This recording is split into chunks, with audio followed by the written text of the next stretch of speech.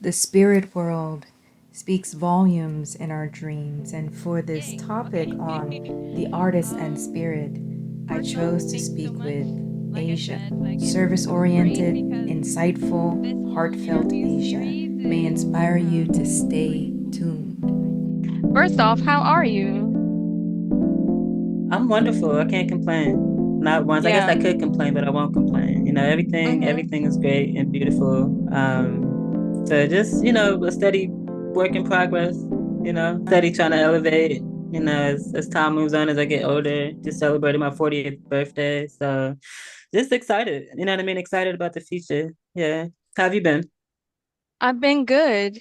I've been in a liminal space creatively and just in life in general because I just had a child. I feel like even though it's only been 2 years right now, it's still so new, Okay.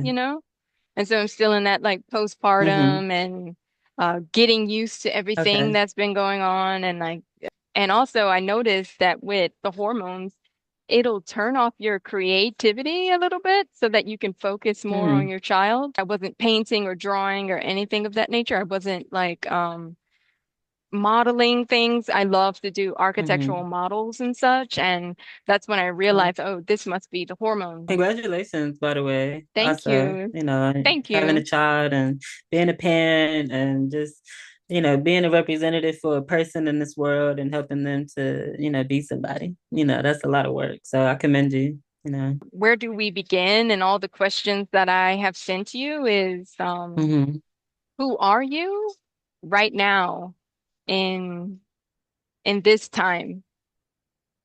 Yeah. So I would say I definitely feel more like a creative now than I did before. Mm-hmm. I think being a hairstylist really since I was about 10 years old. I've only had Mm-hmm. maybe three real jobs. Well, doing hair is a job, but I've only had like three, standard jobs in my life. So I never really looked at doing hair as being a creative until I started painting and doing other forms of engaging myself in other forms of creativity. So I would consider myself an artist at this stage in my life.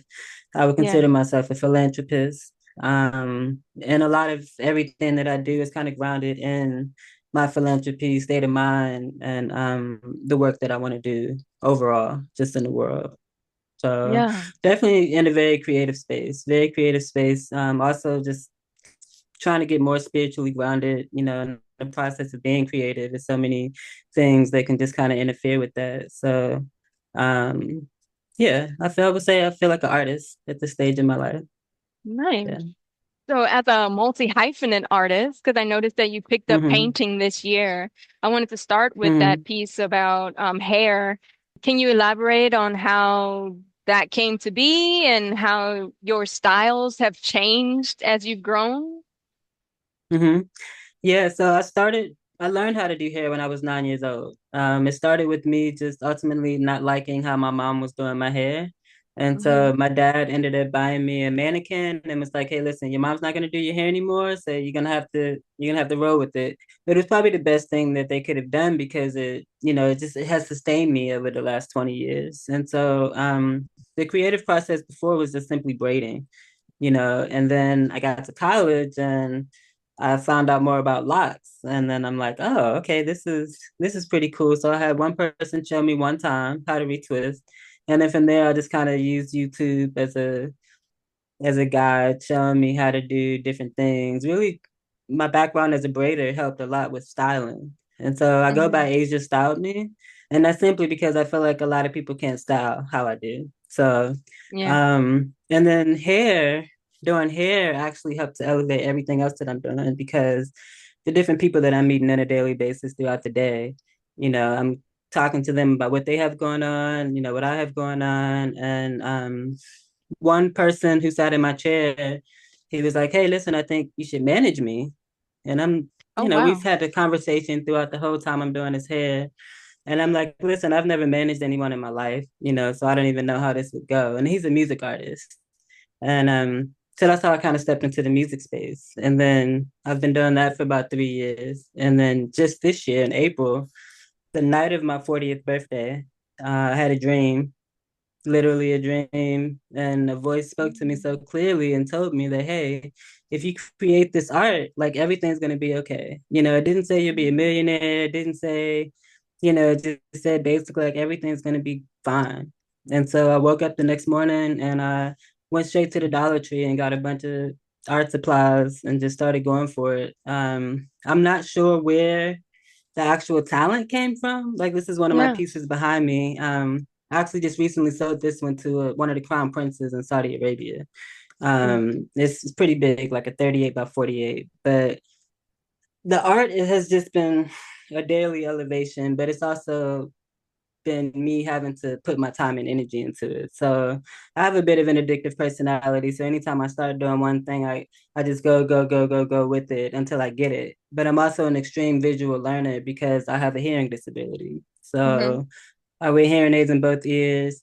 And that in itself has allowed me to listen just from a different place, just like internally because it's already so much work. But I feel like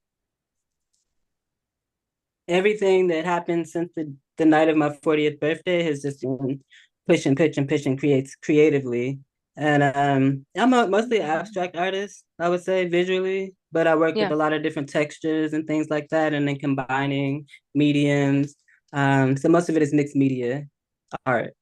And now I'm currently in a carpentry program where I Hmm. plan to use the carpentry to elevate the art and to elevate the philanthropic space that I'm in. And it's really a combination of things that just all feel creative, basically. Wow. But I would say art and hair are the two main, spaces that I'm in right now. Aside from I got a nonprofit too, so that's surrounded around the music as well. So yeah. I mean, let's talk about your practice styles. And what I mean by that is like, how do you get in your artistic practice? Like, how important is that for you? And Hmm. how does it feed you spiritually and mentally and all of it Yes. emotionally? I look at it as an energy thing. A lot of times we don't want several different people in our hair and things like that, but a lot of people don't know that the hair follicles are directly connected to the nervous system. And I so see. when you're having issues and things like that, and you're stressed out, one of the first things that'll happen is that your hair will start to possibly thin because of the Mm. stress and everything. And so I started dealing with clients who were dealing with losing hair, Mm-hmm. and that in itself allowed me to have and that in itself forced me to have to change the way in which I was styling. It just Right. wasn't like traditional braiding back and things like that. But I also have used, just reading books and things like that, learning a lot about where braiding comes from, learning a lot about how people feel about locks around the world, just culturally, and taking those different ideas and tying it into my styles. A lot of times people will bring photos to me, Mm-hmm. and that kind of helps. That may take me to another level, especially if it's something that I haven't done yet. Um, but again, I'm an extreme visual learner, so I can look at it and pretty much, implement what's what the style is. So um yeah, I would just say like the more I grow, the better my styles get. My work has gotten cleaner. Yeah. Before it was just kind of like rushing, but then it Mm-hmm. became okay, wait, this is an art. Doing hair is an art. And Mm-hmm. so when I think about it in that capacity, it has helped to just, I would say, just like simply elevate my style, but also like the energy that I'm putting into it. It's not just, oh, I'm standing behind this person doing their hair. They're feeding off of my energy. I'm feeding off of their energy. There's an exchange happening there. That's not just hands in the head. And so I think I've learned to appreciate that more than the actual hairstyling part. Because at the end of the day, once they finish, it's a look good, feel good moment, and Yeah. then Yeah. I get to, not pride myself on, but I'm looking at this person, I'm like, wow, okay, I see how you feel, based on this service that we just did. So it's definitely service work. And the Mm-hmm. architecture behind it, I feel is it just kind of elevates with the time. People see what's hot and then they want to do that. If I've never done it, it causes me to have to do it, or try it. And then the styles just kind of elevate from there, if that makes sense. How do you set the Okay. scene for something so sacred, you know? Sacred. I know that you're standing behind them, they're sitting in front of you, and they're going to be in that space for a couple of hours, maybe. Mm-hmm. How do you do that? And then I'm also thinking about that because as you're saying, like they get up and they feel good because they have like, the Mm-hmm. visuals, right? But also it's kind of helping them live a more intentional life if you're taking Mm-hmm. care of their hair and they're Because it's self-care for taking the them. time. Yeah, they're Yeah. taking the time to take care and come and get the service. So what do you Mm-hmm. think about that? Yeah, I like to just kind of set the tone. As soon as I'm interacting with the client, I make sure my energy is positive. Mm-hmm. And a lot of times I can sense whether or not they're having a good or bad day based on how they're interacting with me, either prior to getting to the appointment or once they actually get there. So the biggest thing for me is make sure the energy is positive. I greet all of my clients with the hug, unless it's a Yeah, new client who I don't yeah. know and maybe they're not a hugger, but 90% of my clients I greet with the hug. And it's always, hey, how's your day going? How you feeling? Sometimes they'll say, hey, I'm not feeling too good, and then I know, okay, we don't need to have full-fledged conversations during this Mm-hmm. service. Mm-hmm. It's just, hey, this is a moment of peace for this person. They came to just relax. So it's kind of give and take, us feeding off of each other. But sometimes I'm in the service and it's like a therapy session for them or for me, just being able Mm-hmm. to talk about things that are going on in their lives and also just like changes that they want to make with their hair. A lot of people don't feel comfortable with change. Mm-hmm. And a lot of times they get uncomfortable and they're like, okay, I think I want to change my hair. So there are a lot of conversations around that and how that type of change can help a person or make them feel differently or look differently. Um, so yeah, the biggest thing for me is just making sure that my energy is good because I know that my hands are going into the hair. And I feel like hair is the first point of contact of entry of energy, through the crown chakra. So it's just really important that the energy is good. There have been times Yeah. where I felt like a client's energy was just, wait a second now, so we had to just, hey, how do you feel about us rescheduling this appointment at a time where you feel Wow. a little more comfortable Mm-hmm. sitting for a long period of time or whatever. So Mm-hmm. I have a good sense of that with people. Um, and I just try to use that, I would say. Yeah, you said on your 40th birthday, you had such a profound dream and it led you to start painting. So tell Mm-hmm. me about your practice in painting. Like I know for me, when I'm starting in a creative space, I like it to Mm-hmm. be the door closed and, Mm-hmm. I Mm-hmm. pray first to, Mm-hmm. connect and just Yeah. make sure that it's in in a tone and in the Yeah. right vibe, and then I move forward with the practice. So tell me about Mm-hmm. your painting practice. So after I created my first painting, I just kind of got into the mode of just sitting still before I Mm, decided to paint. I might sit and stare at the canvas for, I don't know, 15 to 20 minutes before I even draw a line on it. It's really just me sitting with the mm-hmm. moment. There might Yeah. be music playing. A lot of my pieces have derived from music, like the one behind me is called We Are One. And it's that Frankie Beverly made song, We Are One, and Mm-hmm. that we are one. And that song was playing while I was sitting there, just like Yeah. focused on this thing. And the image was already drawn. But when I Mm-hmm. looked at the image, I'm like, okay, we are one, and it's really like this image is genderless. It's neither male nor female. It's neither black nor Mm-hmm. white. It's Mm-hmm. it's neither one thing or the other. It's all. And so Mm-hmm. it's always a moment of silence followed by some music Yeah. and then clarity, I would say. I get clarity through music. And so again, with the hearing loss, I don't always hear or know the lyrics to a song. So a lot of Yes. times when I'm looking and listening to music, I'm reading the lyrics as well. So I might be reading the lyrics and then I feel something and I'm just like, okay, yeah, let's go with that. And it might even just be a color that comes to me that I should just use. And then ultimately it ends up being, you know what, this is just use whatever color. I don't have any set color scheme that I use for any of my paintings. They're all Mm-hmm. what I would consider abstract, very colorful, just full of life. Um, they all kind of give me a sense of peace, if that makes Yeah. sense. And Mm-hmm. peace is something that I'm kind of looking for in my life right now. I'm trying to get to a place of just like peace. And honestly, art has Mm-hmm. done that for me. Creating has done that Mm-hmm. for me. And just, Mm-hmm. it's also a way to just kind of like build myself up. Me, I'm an emerging artist. And so when people give me feedback, even if they never buy a painting, just the feedback itself is raising my vibration. Ah, that's true. So I like the Mm-hmm. interactions that I get with the art, but it starts with solitude, I would say. Yeah. I have never painted a painting around someone else. So yeah, it's definitely Mm-hmm. solitude, um, and just figuring out because sometimes some people know what the name of their painting is before they start it. You know what Mm-hmm. I mean? I don't really name Wow. my paintings until after they're done. And I might sit with it for a month or two, and then okay, this is what we're gonna call it. Like even just yesterday, I was getting ready to post one of my textured paintings. And I Mm-hmm. was like, I don't have a name for this one. And then the name came to me right then and there, Mm. So Mm. it just depends. It depends on how I'm feeling.